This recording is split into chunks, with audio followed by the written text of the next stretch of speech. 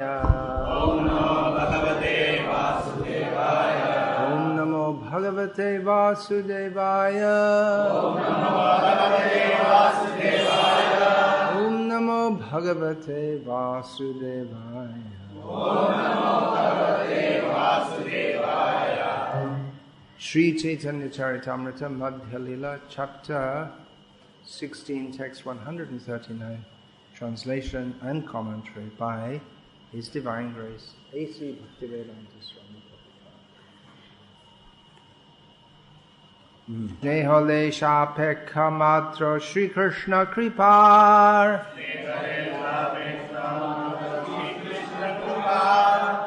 Sneha Bosha Hoya Kare Shatantra Acha. Snehole Shapekha Matra Shri Krishna Kripar. Sneha Bosha Hoya Kare Shatantra Acha.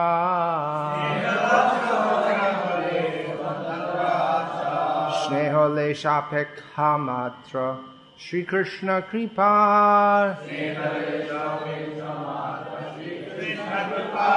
Sneha Bosha Hoya Kare Shatantra Acha.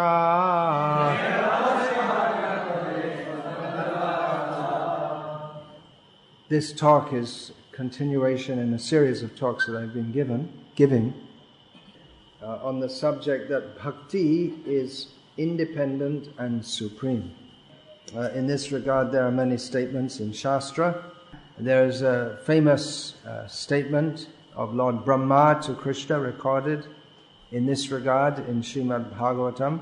When I say famous, that doesn't mean that most people know it, but those who study Shastras, they know it. Especially those who study Srimad Bhagavatam. As in the commentaries, we often see just the first few words of a shlok quoted with the understanding that the reader knows the verse that you're referring to. Or in discussion, one may just, with others who also know the subject, one may just quote the first two words or something with the understanding the other person knows what it is. So in this case, if we were discussing, we may just say, one may say to another, well, according to the Shreya Shruting verse, which fully goes Shreya Shruting Bhaktim, Udasyate vibho kleshantiye kevala bodhalabhaye teshamaso kleshala eva shishyate nanyadyathastula tushavaghatinam. Do any of you recognize this? You've heard this, or it's quoted quite often? No. All right. The meaning of it is bhakti is Shreya Shrutim. It is the path of all auspiciousness. And if someone gives that up to adopt the troublesome path of trying to understand the oneness of everything, then what such persons get for all their trouble, all you can say is, they got a lot of trouble. Just like you can say someone, if they husk already husked grains, that means there's no grain left inside, there's only husk. Then you may work very hard, but you won't get any grain from it. So you may see someone who's very austere sadhu. You may say, oh, it's taking so much austerity. But if he is not interested in bhakti, pure devotional service to Krishna, then that's all you can say about it. He's austere. He didn't actually get anything of any real substance from his austerities. Now, this kind of seeker of knowledge of Brahmagyan, is mentioned in Srila Vishwanath Thakur's commentary on Bhagavad Gita, chapter 18, text 55. So the verse previous to that is Brahma Bhuta Prasanna Atma Na Shochati Na Kankshati Samah Sarveshu Bhuteshu Madbhaktim Labhate Param. one who comes to the platform of the spiritual platform, he becomes very happy and free from hankering and lamentation, and becoming equal to all living beings, he attains samasarveshu bhuteshu mad bhaktim lapatepa. By bhakti, he comes to the highest level. Then Krishna says, only by pure devotional service can I be fully understood. And by such understanding of me, one attains to my very nature. In his commentary on this verse, in his Sarartha Varshini commentary on this verse, Srila Vishwanath Thakur describes 4 kinds of seekers of Brahmagyan, spiritual knowledge. And the first kind are those referred to in the Shreya Shruting verse. They cultivate only Gyan. We're only interested in Gyan. With the hope, with the conviction that it will lead them to liberation. They have no regard for Krishna or for Bhakti.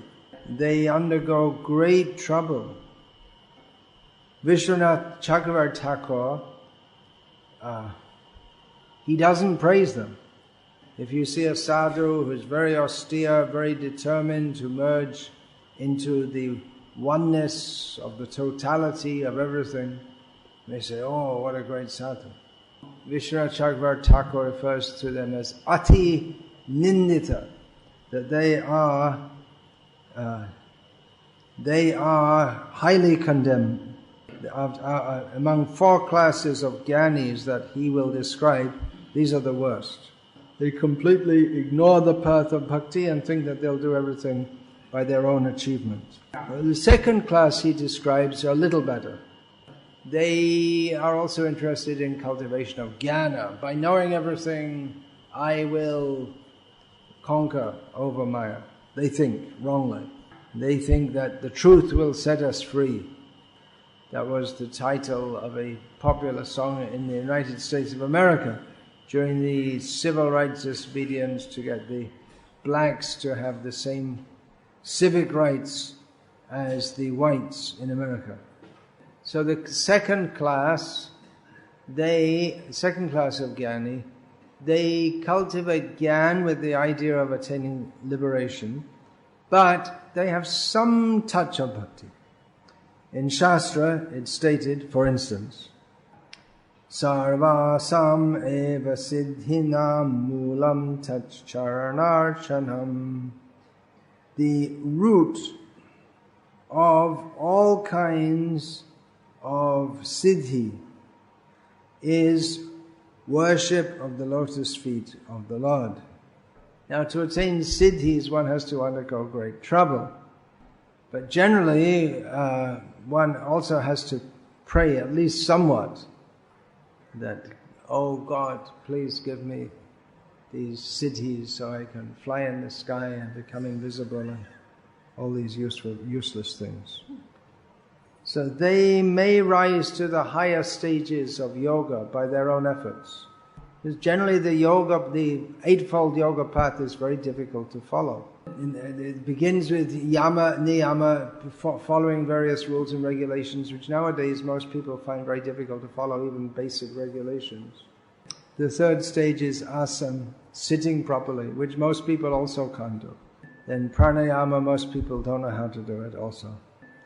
And then one has to meditate, and most people can't do that either. To keep the mind fixed on one point is very difficult. So what to speak of the ultimate goal, samadhi?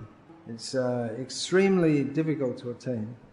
The aim is that one who achieves the perfection of yoga may go to the spiritual world. But there's a problem with that. You might think, well, okay, they go to the spiritual world, so one way or the other, they're liberated, okay, give them 3 cheers.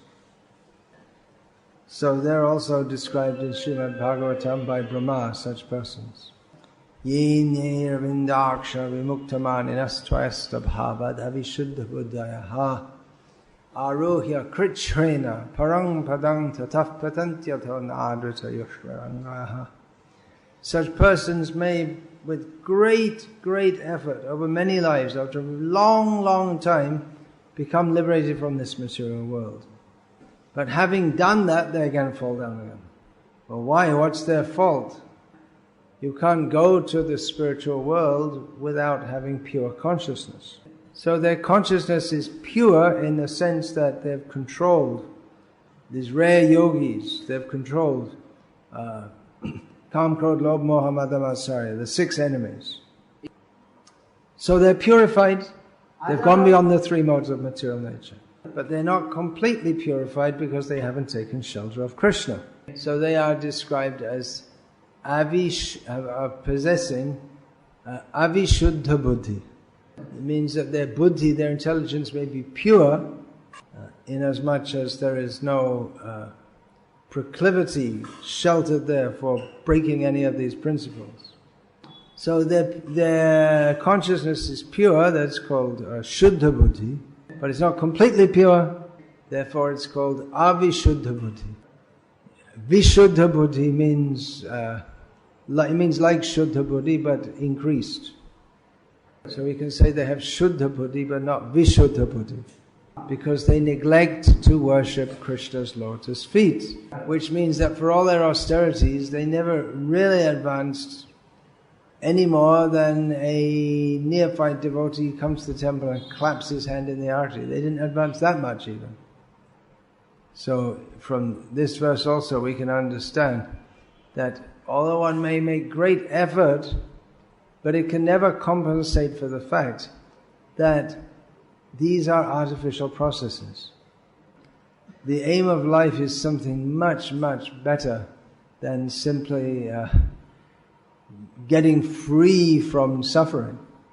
Above that is enjoying with Krishna. So in this way, Bhakti is superior. It recognizes Krishna is the Supreme Person. For someone to try to become spiritually advanced but not recognize that actual spiritual life means to surrender to Krishna, means that although they may be a jnani, they really don't know the most important thing at all. Vishwanath Chakravarti Thakur describes philosophers of the 3rd variety. They cultivate knowledge, but also they do activities of bhakti. They recognize the supreme truth is Satchidanandamaya, but somehow they retain some attachment to this impersonalism. We don't see such jnanis nowadays, at least I haven't seen. They're also great personalities, inasmuch as they're trying to become free from this material world and they recognize Krishna. But they don't develop their love for Krishna. So the very fact that they recognize Krishna, so Krishna says, okay, you want to be merged into the impersonal absolute, then you can go. So they, in one sense they recognize Krishna, but they don't give their heart to Krishna. They are attached to this impersonal idea. And a 4th kind of jnani that Vishwanath Chakravarti Thakur describes is as follows. While they're engaged in the practice of cultivating jnana, which many of them do, then they may come to realize that Vasudeva Sarvamiti. Oh, actually, the highest truth is Krishna. This will happen or can happen if they get the association of an advanced devotee. Sadhu Sangha, Sarva Shastri, Koilava Matru, Sarva Siddhi. Sarva Siddhi hoy. Then by association, not just getting the Siddhi of impersonal realization, but they come up to the highest realization, Krishna, the Supreme Personality of Godhead. Then they give up their desires for merging into oneness. And they relish the sweetness of Bhakti Rasa. There are many examples. Bhagavatam itself gives the example of Shukdev Goswami, who in the beginning appeared to be not very much interested in bhakti. But by hearing the Bhagavatam, even in an offhand way, an informal way from devotees, he became attracted to the topics, he became attracted to Krishna. So to attain perfection in Gyan, one has to have the association of a devotee, one has to come at least to the borders of bhakti. But even in karma, the path of pious Vedic works, then a touch of bhakti is required. If someone wants to achieve perfection simply by being very pious and following all the varnashram rules, they're misled, they're misguided. Tyaktva swadharmam charnang bhujam hare bhajanna bhagavata patet tato yadi yatra kvava bhadram abhud amusha king kovapta arto. What is it? Kovarta apto bhajatang swadharmata. Yeah. This, I believe Srila Prabhupada quotes this twice, maybe 3 times in his Bhagavad Gita as his commentary, from which we can understand its importance. Within the Varnashram system, everyone is advised to very assiduously follow their caste duties, all the rules and regulations. And one should follow one's own swadharma, not giving that up. But here in this verse, we find that Narada tells to Vyasadeva that even if someone does execute all his duties properly, according to the Vedic system, if he doesn't come to the point of worshipping Krishna, then the end result is ultimately nothing.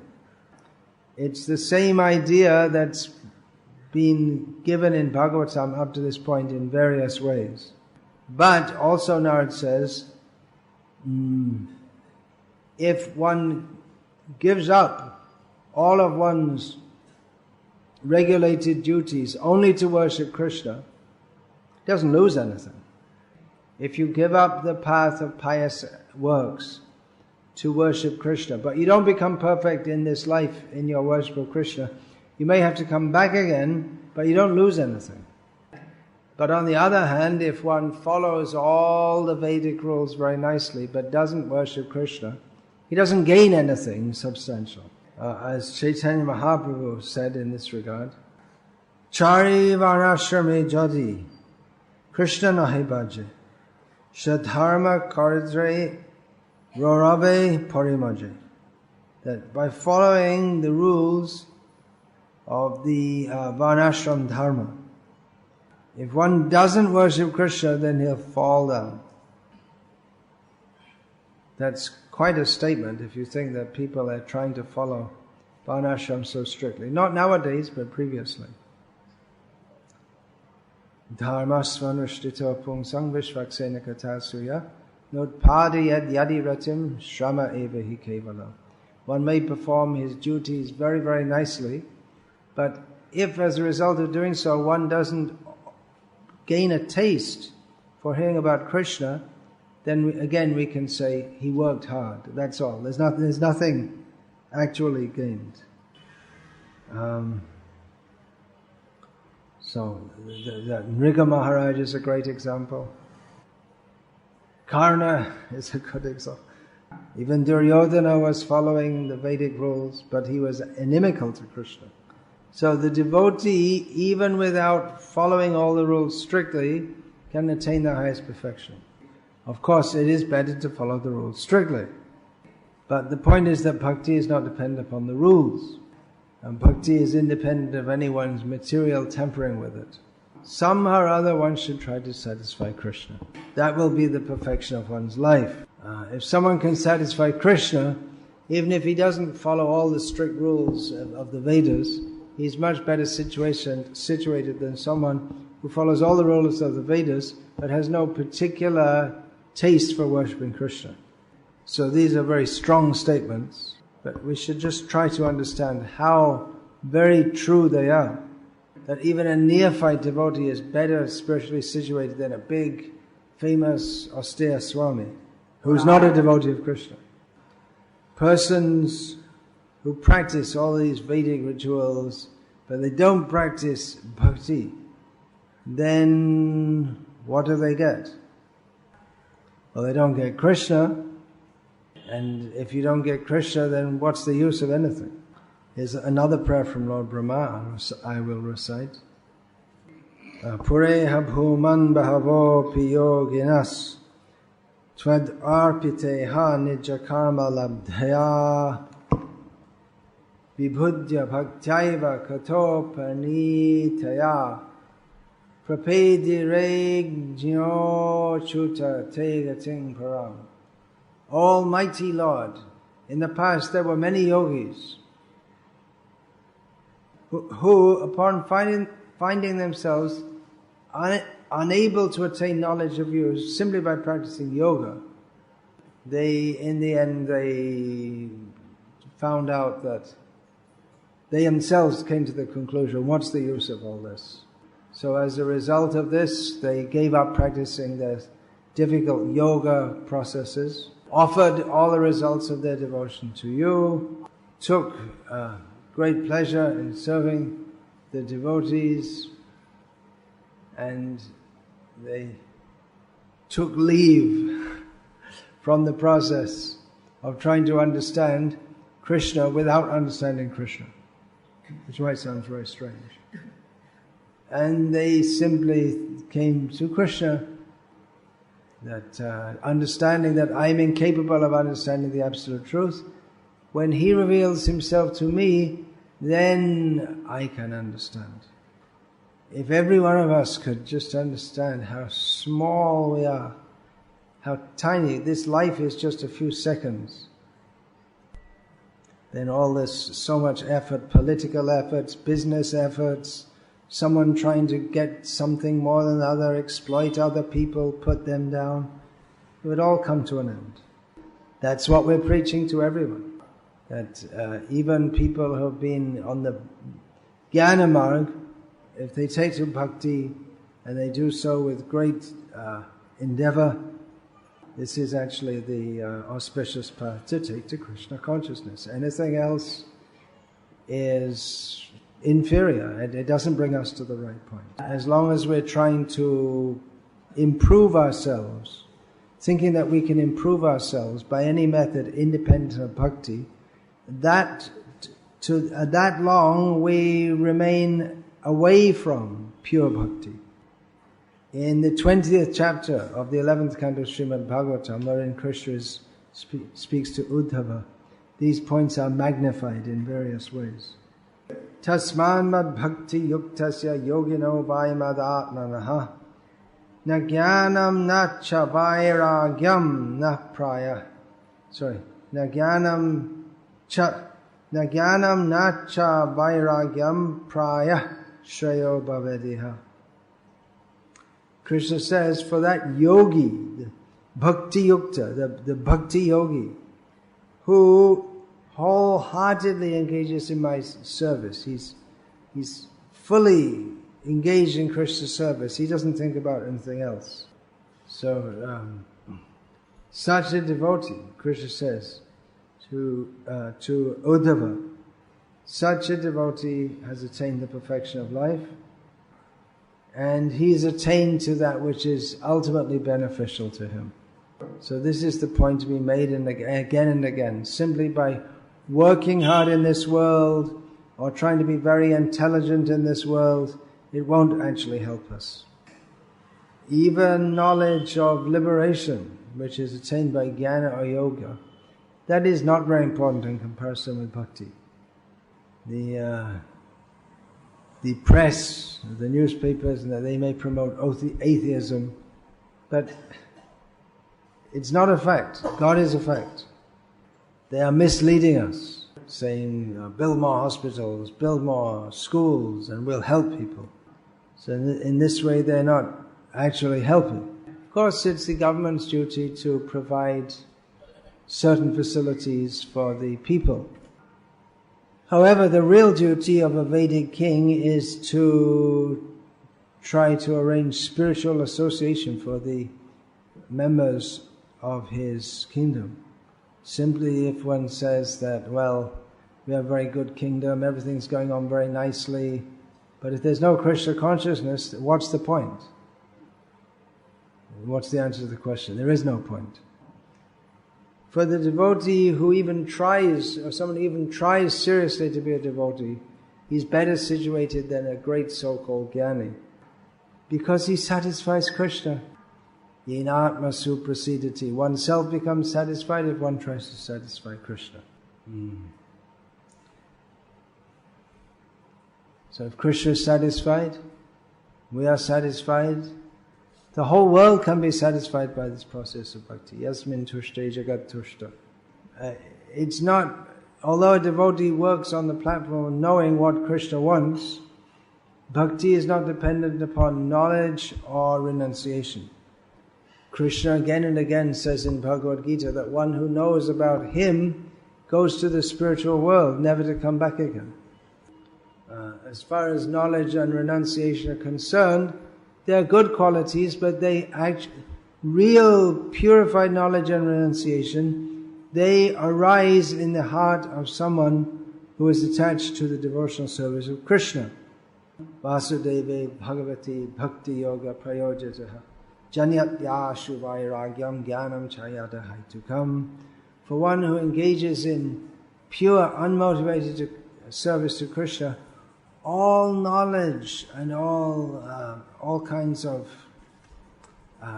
renunciation that arises within the heart of such a devotee. Knowledge arises, especially the knowledge by which we can see this material world for what it is.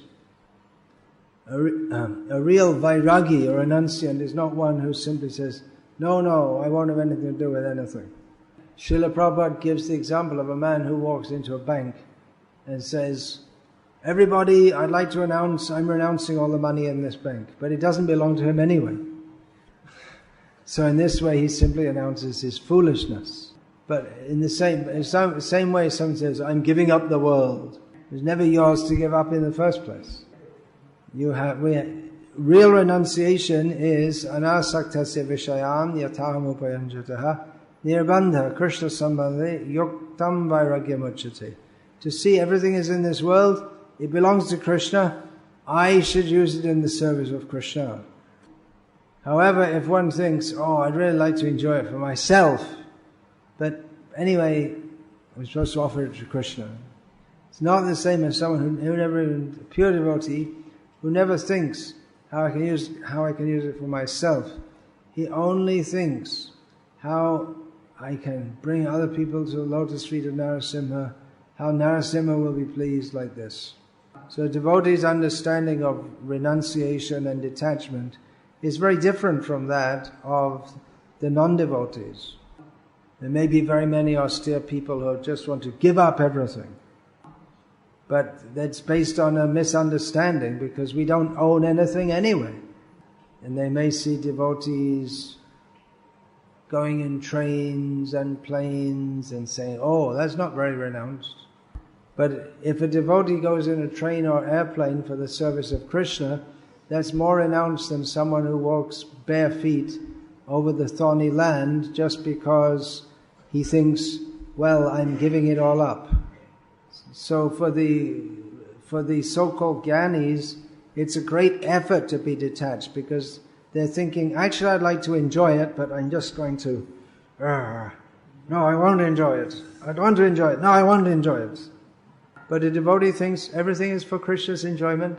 Let me be an instrument to use everything for Krishna's pleasure. So this detachment from the world for a devotee comes around as a byproduct of his devotion to Krishna. So in all ways, bhakti is superior to all other processes, is best for the jiva. Therefore, Krishna says, again to Uddhava, Agyayaivam gunan doshan maya dishtan api svakhan dharman santajya yah sarvan mam bhajeta sasattamaha. O Uddhava, one who simply engages in my devotional service, giving up all other kinds of endeavors or activities for spiritual advancement, is the best among sadhus. He knows that if you follow all these different kinds of dharmas, you get so many benefits. And he knows that if you don't do it, then you may be punished for that. But all this consideration of dharma, how I will go to heaven and not go to hell, he's not interested in all of this. He's only interested in satisfying Krishna. So he thinks that to calculate like this all the time, what's good for me, what's bad for me, this is a hindrance to bhakti. He only wants to think, how will Krishna be pleased by my activities? Therefore Krishna tells Arjuna, Sarvadhaman parityaja mamekam sharanam raja aham tva sarvapabhebhyo mokshayeshavimasya. Give up all these ideas of dharma in terms of what's good for me, what's bad for me, in terms of the misunderstanding of myself as not being a servant of Krishna. Krishna says, give that all up, surrender to me, only. Take shelter in me only. I will completely give you shelter from all kinds of sins. So to conclude that bhakti is independent of karma, jnana, yoga, it's self-sufficient in all respects because it's fully blessed by Krishna. Narada in the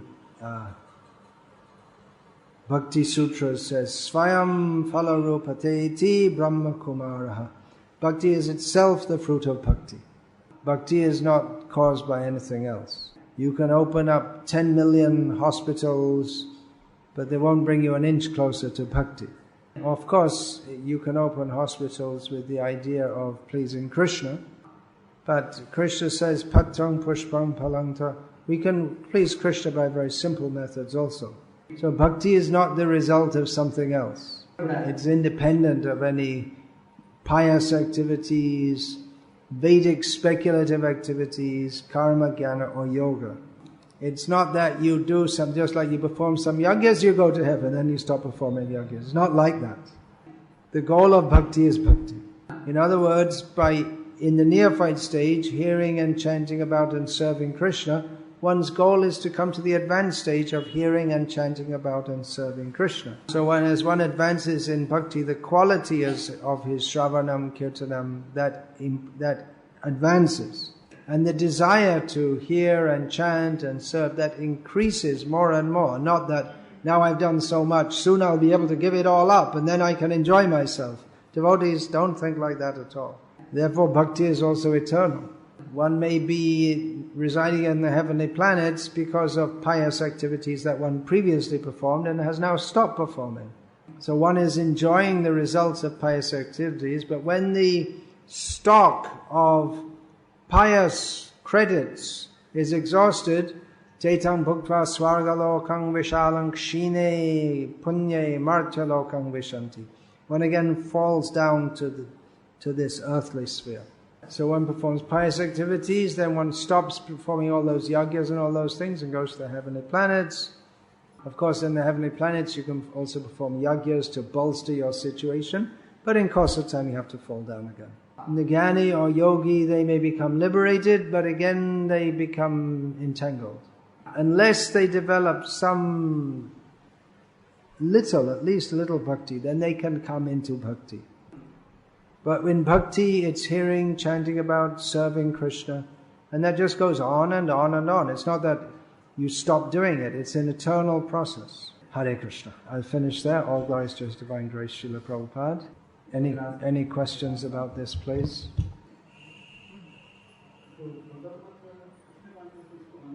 Yeah, speak so that it can be heard by everyone. Can you summarize the question? He was in discussion with one Sri Vaishnava, and he raised the point that even if you practice Krishna consciousness, how can we give up Swadharma? In Krishna consciousness, you practice your Swadharma, like how Arjuna was asked to fight. So we cannot give up Swadharma. That was argument of one Sri Vaishnava. So he wants to. What's the clarification? Yes, that's true. Bhakti is not dependent upon performing activities in this material world. But as long as we're in this world, we have to do something within it. So to follow the process of varnashram is the best way to live in this world. However, one should understand that following varnashram doesn't in and of itself give rise to bhakti. That one acts as a sane and civilized person doesn't in and of itself mean that one's a devotee of Krishna. We should be clear about that. It's the hearing and chanting about an attitude of service to Krishna, which is bhakti. One who has that attitude of bhakti, he can offer all his day-to-day activities, according to his swadharma, in the service of Krishna. That's also true. But it's also possible to serve Krishna even without following the rules of the varnashram system. That's not generally recommended, but the point is that it can be. In fact, the gopis of Vrindavan are praised as the topmost devotees because they even gave up all the respectability of their role as women simply to serve Krishna. So that should not be imitated, because someone who's not on the very high level and they simply act irresponsibly and say, well, I don't care for my family, I'll just leave it. That should not be done. So the point made by the Sri Vaishnava Brahmana is good, but it just needs a little more discussion and little more depth of understanding. Anyway, where's this swadharma nowadays? You're also born in a Brahmin family, but your brother is running a cell phone shop, isn't it? What's that got to do with Brahmin Dharma? Nothing. So I'm not saying anything against your brother. He has to make a living for you also, because you're not so expert in that. But I'm just making the point that the old varnashram system to a large extent has broken down. Therefore Srila Prabhupada wanted us to re-establish it in bhakti. Yeah. Anything else? Do you speak Tamil? Yes. Okay, so please say the question in English and then again say it in Tamil. So, my question was related to the different types of philosophers that were discussed in Saraswati or Swami. So, you had mentioned the philosopher who is the third kind, in which the person is, even though having a little bit of bhakti, he is attracted to the person. Now, what happens if the person, the person with Brahman means he sees everyone equal, and even they may see Krishna as equal to some other everyone. And what if they are actually performing some service to Krishna, but they are thinking he is equal to any other everyone? Yeah, that's a good question. Say it in Tamil. One who worships Krishna thinking him to be on the same level as the other demigods, it's not really worship at all. For instance, if there's a group of bodyguards around the Prime Minister, and you go up to the Prime Minister and say, yeah, you're also a good bodyguard. I have a lot of respect for you, you're doing a good job. By not properly, someone's in a high position and you praise them for being on a high position which is not actually the real height of their position, then it's an insult. Srila Prabhupada told a story of a woman in a village who thought that the police constable, that was the highest position of authority, because she never saw anyone higher than a police constable. So one time someone from outside the village came, and he was rural tax collector, and he came to her and he dealt with her respectfully because she was an old woman. She was very satisfied with the respectable behavior, and she said, I bless you, you can become a police constable. So one who doesn't have proper knowledge of Krishna can never actually have bhakti for Krishna. Of course, in the very highest stages, one also thinks that Krishna is just an ordinary boy, but that's coming from a different perspective altogether. Therefore, we discuss all these points in these. Prabhupada had us discuss all these points in classes. If we try to imitate the high devotees and we just like to hear all stories about Krishna, but we don't clearly understand that Krishna and Sai Baba are different, then there won't be bhakti. What is the difference between our... It's off the subject. Let's leave it. It's not on the subject. If he wants to know, he can read that book, Who is Supreme. My question is that in this stage of sadhana bhakti, can we be free about those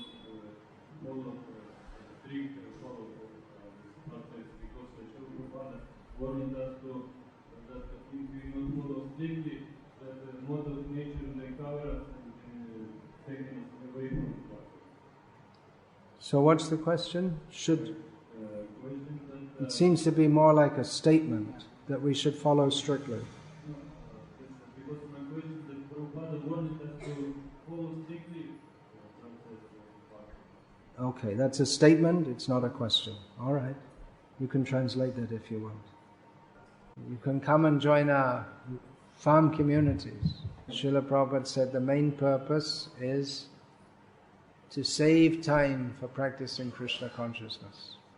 So it's a fact, the devotees who are in those communities, they have full sadhana, same as devotees living in the temple. Full morning program, full evening program. They don't have air conditioners and cell phones or even electric fans, but they have time to chant Hare Krishna. They do have fans, yeah. Okay, so we'll finish there. Hare Krishna.